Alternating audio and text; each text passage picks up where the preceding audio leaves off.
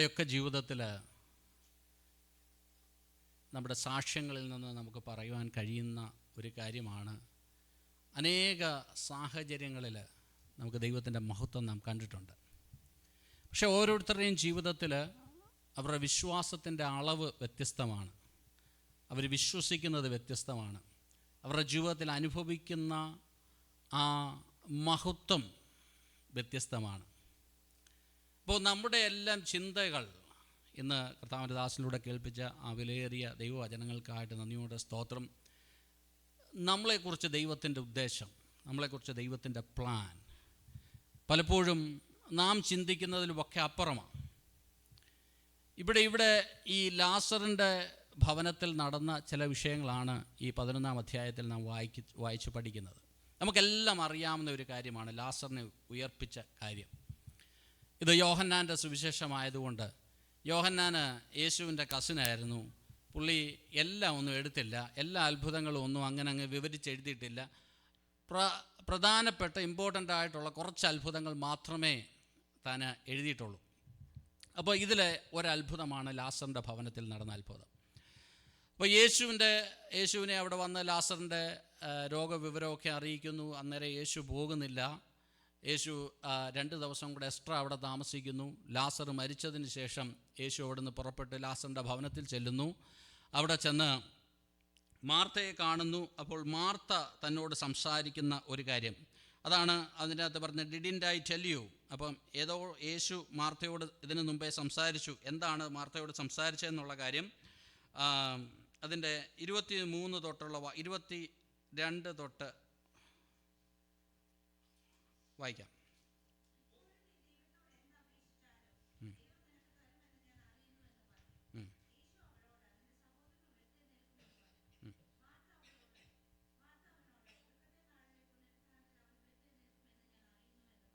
Praise the Lord.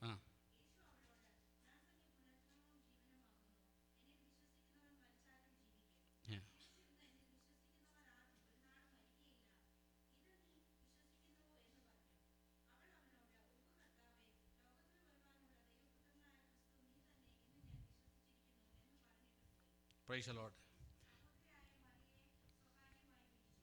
മതി.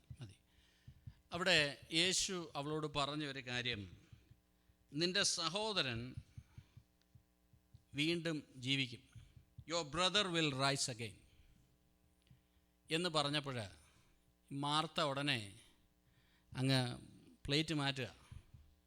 അത് ഞങ്ങൾക്കറിയാം, എപ്പോഴാ? ഒടുക്കത്തെ നാളിൽ ഉയർത്തെഴുന്നേൽക്കുമെന്ന് ഞങ്ങൾക്കറിയാം. അത് മാർത്തയുടെ വിശ്വാസമാണ്. അപ്പോൾ മാർത്തയ്ക്ക് തിയോളജി എല്ലാം അറിയാം. കാര്യം യേശു വളരെ ക്ലോസ് ആയിട്ട് അസോസിയേറ്റ് ചെയ്തിരുന്ന ഒരു ഭവനമായതുകൊണ്ട് മാർത്തയ്ക്ക് ഈ കാര്യങ്ങളൊക്കെ അറിയാം. അപ്പോൾ യേശു പറയുകയാണ്, അല്ല, നിൻ്റെ സഹോദരൻ ഉയർത്തെഴുന്നേൽക്കും. അപ്പം മാർത്തയ്ക്ക് അത് വിശ്വസിക്കാൻ ബുദ്ധിമുട്ടാണ്. അപ്പോൾ മാർത്ത പറയുകയാണ്, അത് നമുക്കറിയാം, നമുക്കെല്ലാം അറിയാവുന്ന ചില കാര്യങ്ങളുണ്ടല്ലോ. നമ്മൾ പറയും ഒടുക്കത്തെ നാളിൽ, ഇപ്പോഴത്തെ കാര്യമല്ല, ഒടുക്കത്തെ നാളിൽ ഉയർത്തെഴുന്നേൽക്കും. അപ്പോൾ നമ്മുടെ ഈ ആഗ്രഹം, നമ്മുടെ ഈ ഉണർവിനെക്കുറിച്ചൊക്കെ ഉള്ള പ്രസംഗം, അല്ലെങ്കിൽ ഉണർവിനെക്കുറിച്ചുള്ള നമ്മുടെ സ്വപ്നം,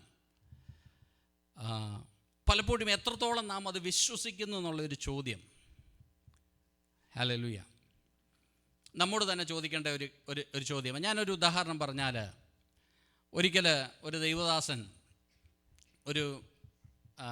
ഒരു ചർച്ച വന്നു.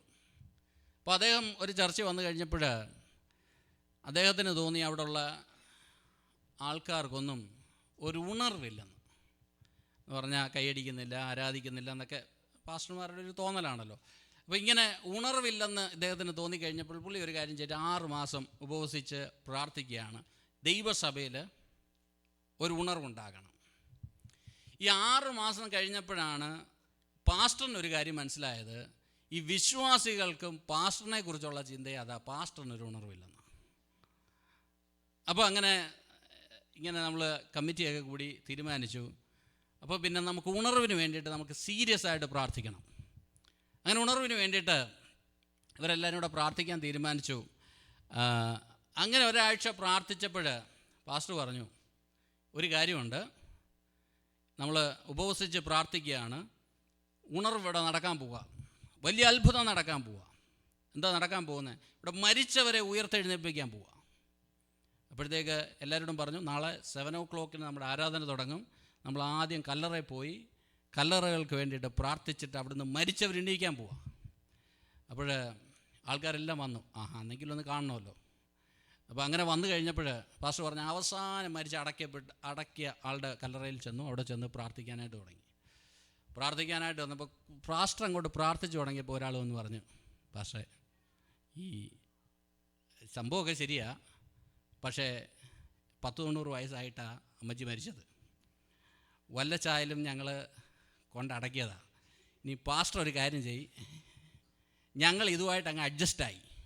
ഏതാ, മരിച്ചപ്പോൾ ഞങ്ങൾക്ക് വിഷമം ഉണ്ടായിരുന്നു, പക്ഷേ ഞങ്ങൾ ഈ സാഹചര്യമായിട്ടൊക്കെ ഒന്ന് പൊരുത്തപ്പെട്ട് അഡ്ജസ്റ്റായി. ഇനി പാസ്റ്ററായിട്ട് ഉയർപ്പിച്ച് പ്രശ്നങ്ങളൊന്നും ഉണ്ടാക്കണ്ട, ഞങ്ങളെക്കാളും ആവശ്യമുള്ള വേറെ പലരുമുണ്ട്, അവിടെ കാണാൻ പോയി ഉയർപ്പിച്ച. അങ്ങനെ പാസ്റ്റർ രണ്ടാമത് ചെന്നപ്പോഴും സാഹചര്യമൊക്കെ ഇതൊക്കെ തന്നെ, വേറെ കാര്യങ്ങളാണെങ്കിൽ അവർക്കും ഉയർപ്പിക്കണ്ട. കാര്യം അവരും ആ സാഹചര്യത്തോടെ അങ്ങ് അഡ്ജസ്റ്റ് ചെയ്തു. അപ്പോൾ പിന്നെ പാസ്റ്റർ വന്നു പറഞ്ഞു, ഉണർവ് നടക്കത്തില്ല. കാര്യം ആർക്കും ഉയർക്കണമെന്ന് ആർക്കും താല്പര്യമില്ല. ഈ മറിയയുടെ കാര്യത്തിൽ ഇത് തന്നെയാണ്. കർത്താവെ കൊണ്ടടക്കി. കല്ലൊക്കെ വലിയ കല്ലൊക്കെ ഞങ്ങൾ ഒരു 10-40 പേര് വെച്ചിട്ട് ഉരുട്ടി മാറ്റി കൊണ്ടുവച്ചു. ഭയങ്കര വിഷമമായിരുന്നു. പക്ഷേ ഇനിയും കല്ലൊന്നും മാറ്റണ്ട, ഇനി ഒടുക്കത്തെ നാളിലെങ്ങാണ് ഉയർക്കുന്നെങ്കിൽ ഉയർത്തട്ടെ എന്നുള്ള ഒരാഗ്രഹമാണ്. ഞാൻ ഈ ഭാഗം വായിച്ചപ്പോൾ ഞാൻ എന്നോട് തന്നെ ചോദിക്കാൻ തുടങ്ങി, നമ്മളെല്ലാം ഈ ഉണർവിന് വേണ്ടിയിട്ട് പ്രാർത്ഥിക്കുകയും ഒക്കെ ചെയ്യുമ്പോൾ എത്രത്തോളം നമ്മൾ വാസ്തവമായിട്ടും നമ്മൾ ആഗ്രഹിച്ച് വിശ്വസിച്ച് പ്രാർത്ഥിക്കുന്നുണ്ട്. നമുക്കൊരു ഉണർവ് വേണം, നമുക്കൊരു മാറ്റം വേണം. ഇവരുടെ സഹോദരൻ പ്രായമായ സഹോദരനൊന്നും അല്ല, ലാസറിന് പ്രായമായിട്ടില്ല, പക്ഷേ ഈ സഹോദരിമാരുടെ ഏക ആശ്രയമാണ്. എന്നിട്ടും മരിച്ചു കഴിഞ്ഞപ്പോൾ ഇവർക്ക് പറയാണ്, അന്നേരമൊക്കെ എന്താ പറയുന്നത്, യേശുവെ നീ ഇവിടെ ഉണ്ടായിരുന്നെങ്കിൽ മരിക്കത്തില്ലായിരുന്നു. നമ്മൾ പലപ്പോഴും അങ്ങനെയാണ് ചിന്തിക്കുന്നത്. എന്തെങ്കിലും സംഭവിച്ചു കഴിഞ്ഞാൽ ഞാൻ അന്ന് ഇങ്ങനെ ചെയ്തായിരുന്നെങ്കിൽ ഇങ്ങനെ സംഭവിക്കത്തില്ലായിരുന്നു, വന്നില്ലായിരുന്നെങ്കിൽ കുഴപ്പമൊന്നുമില്ലായിരുന്നു, അല്ലെങ്കിൽ അന്ന് ഇങ്ങനെ എടാ, ഇന്നത്തെ സാഹചര്യത്തിൽ ദൈവത്തിന് മാറ്റം വരുത്താൻ പറ്റുമെന്ന് നമ്മൾ വിശ്വസിക്കത്തില്ല. നമ്മുടെ പഴയ കാലത്തെ ഓർത്ത് നമ്മൾ പലപ്പോഴും പരാതി പറയാറുണ്ട്. ഈ മനുഷ്യനെ കെട്ടിയില്ലായിരുന്നെങ്കിൽ ഈ പ്രശ്നമൊന്നുമില്ലായിരുന്നു, എൻ്റെ കല്യാണം മൂലമാണ് ഈ പ്രോബ്ലമൊക്കെ ഉണ്ടായത്. ഇന്ന് ഈ 10-40 വർഷം അല്ലെ 10-20 വർഷം കഴിഞ്ഞിട്ട് ഇന്നും അങ്ങനെ പറയുന്നവരുണ്ട്. അപ്പം പഴയതിനെ ഓർത്തിട്ട് പരാതി പറയാതെ ഇന്നത്തെ സാഹചര്യത്തിൽ ദൈവത്തിന് നിൻ്റെ ജീവിതത്തിൽ ഒരു ഉയർപ്പ് നടത്തുവാൻ കഴിയുമെന്ന് വിശ്വസിക്കുന്നവർ, ഹല്ലേലൂയ, അവരുടെ ജീവിതത്തിലാണ് ദൈവത്തിന് പ്രവർത്തിക്കുവാനായിട്ട് താല്പര്യമുള്ളത്. ഉണർവിനെക്കുറിച്ച് നാം പ്രാർത്ഥിക്കുകയും പ്രസംഗിക്കുകയൊക്കെ ചെയ്യുമ്പോൾ ഉണർവ് നടന്നാൽ എന്ത് സംഭവിക്കും, അല്ലെങ്കിൽ എന്താണ് നാം കാണാൻ ആഗ്രഹിക്കുന്നത് എന്ന് രാവിലത്തെ ഇംഗ്ലീഷ് സർവീസിൽ കേട്ടതുപോലെ അത് നമ്മുടെ ചിന്തകളായി മാറുമ്പോൾ, അത് നമ്മുടെ ആഗ്രഹമായി മാറുമ്പോൾ, അത് നമ്മുടെ ബേർഡനായിട്ട് മാറുമ്പോഴാണ് വാസ്തവമായും അവിടെ ദൈവത്തിന് പ്രവർത്തിക്കുവാനായിട്ട് കഴിയുന്നത്. ഹല്ലേലൂയ. നീ വിശ്വസിക്കാതെ, നീ ആഗ്രഹിക്കാതെ എങ്ങനെ വിശ്വസിക്കാനായിട്ട് കഴിയും? അല്ലേ? നമ്മുടെ പല കാര്യങ്ങളും ഭയങ്കര ആഗ്രഹത്തോടുകൂടെ നാം കാര്യങ്ങളൊക്കെ ചെയ്യാറുണ്ട്. നമുക്കൊരു കാര്യം നടക്കണമെങ്കിൽ, നമ്മുടെ പേഴ്സണൽ ലൈഫിൽ റിലേറ്റഡ് ആയിട്ടുള്ള കാര്യമാണെങ്കിൽ നമുക്ക് ഭയങ്കര തീക്ഷ്ണതയായിരിക്കും ആ വിഷയത്തിന് വേണ്ടിയിട്ട് പ്രാർത്ഥിക്കാൻ. ഉണർവിൻ്റെ കാര്യം വരുമ്പോൾ, അല്ലെങ്കിൽ ആത്മീയ കാര്യം വരുമ്പോൾ, നമ്മൾ പലതിനെയും നടന്നില്ല, നമ്മളതിനെ കല്ലറയിൽ കൊണ്ടാന്ന് അടക്കി കല്ല് ഉരുട്ടി വച്ചേക്കുക. നമ്മുടെ ജീവിതത്തിൽ ദൈവം തന്നിട്ടുള്ള അരുളപ്പാടുകൾ, വെളിപ്പാടുകളൊക്കെ പലതും നാം ഇന്ന് മൂടി വച്ചേക്കുക. ഇപ്പം ലാസറിനെ ഉയർപ്പിക്കുന്നതിന് മുമ്പ് ഞാനൊരു സ്പിരിച്വൽ തലത്തിൽ നിന്ന് സംസാരിച്ചാൽ, ലാസറിനെ ഉയർപ്പിക്കുന്നതിന് 2-3 സ്റ്റെപ്പുകൾ ദൈവം പറയുകയാണ്. യേശു ചോദിക്കുകയാണ്, നിങ്ങൾ എവിടാണ് ഇവനെ കൊണ്ട് കുഴിച്ചിട്ടേക്കുന്നത്? യേശുവിനെ അറിഞ്ഞുകൂടാഞ്ഞിട്ടല്ല, യേശു ചോദിക്കുക, നിൻ്റെ ആത്മീയത എവിടെയാണ് നഷ്ടപ്പെട്ടത്? ഇന്ന് നിനക്കൊന്ന് ഫൈൻഡ് ഔട്ട് ചെയ്യാമോ? എവിടാണ് ഞാൻ സൈഡ് ട്രാക്കായി പോയത്? എവിടായിരുന്നു എൻ്റെ സ്നേഹം കുറഞ്ഞു പോയത്? പണ്ടൊക്കെ എനിക്ക് ആരാധനയ്ക്ക് വരുന്നത് ഭയങ്കര ആവേശമായിരുന്നു. പണ്ടൊക്കെ ദൈവ സാന്നിധ്യം എന്ന് പറയുമ്പോൾ എൻ്റെ ജീവിതത്തിൽ ഏറ്റവും അധികം സന്തോഷം തരുന്ന അതായിരുന്നു. അതെൻ്റെ ജീവിതത്തിൽ എവിടെ നഷ്ടപ്പെട്ടു പോയി?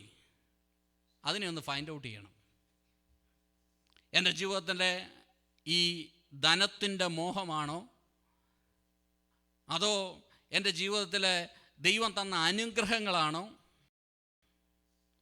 ഞാനിങ്ങനെ പലരെയും ഇങ്ങനെ സ്റ്റഡി ചെയ്യാറുണ്ട്.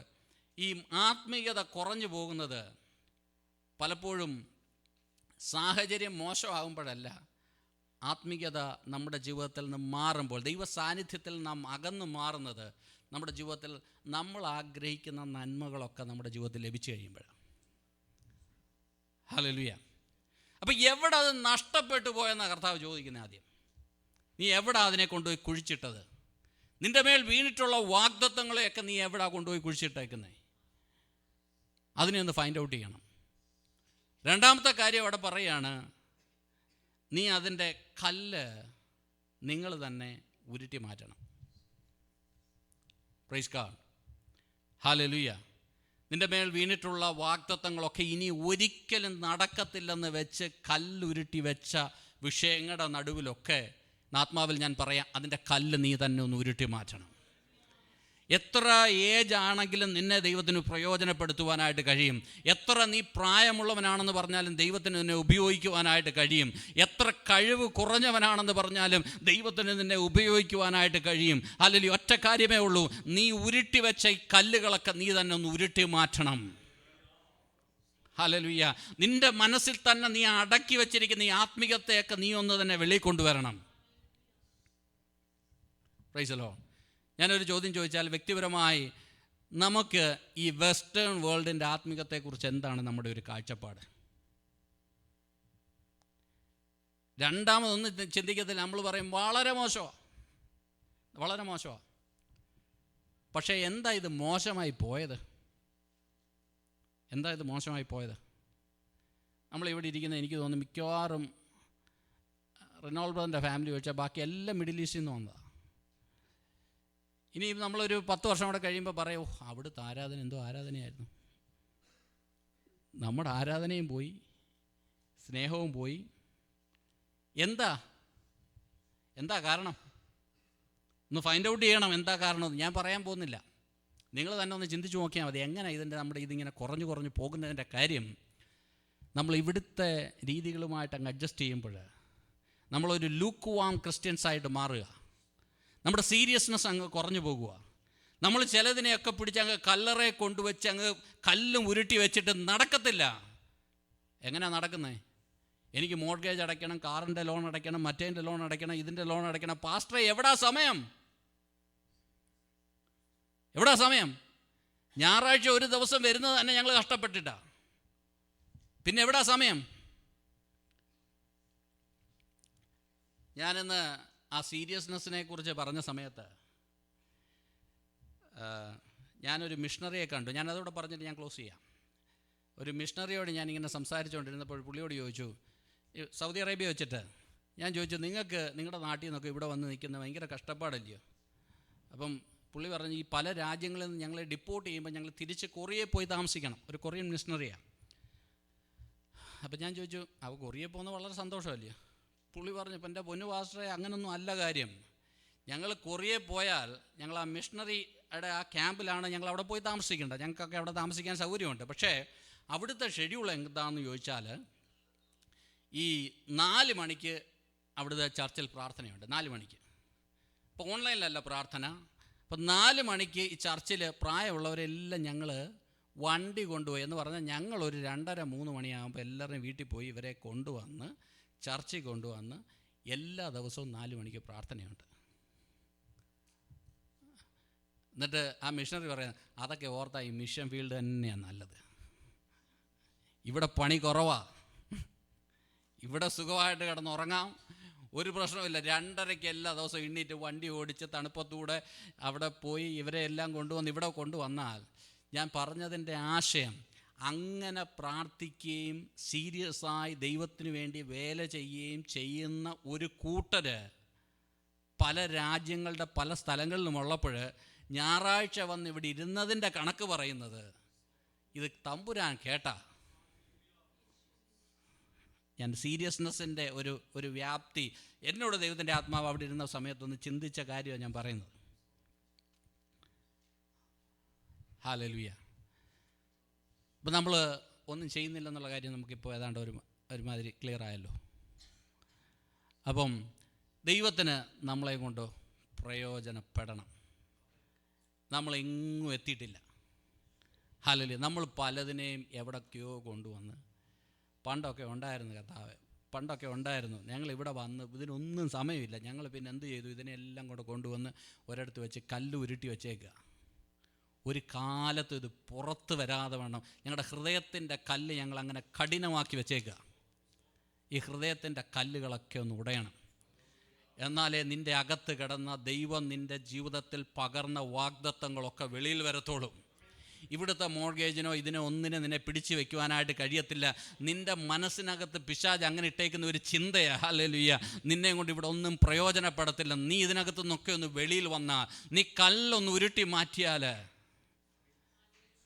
പ്രൈസ് ഗോഡ്, അവിടെ പറയാണ് ഹല്ലേലൂയ, കല്ല് ഉരുട്ടി മാറ്റിയിട്ട് ഇവനെ അങ്ങ് എംബാം ചെയ്ത് വെച്ചേക്കുക.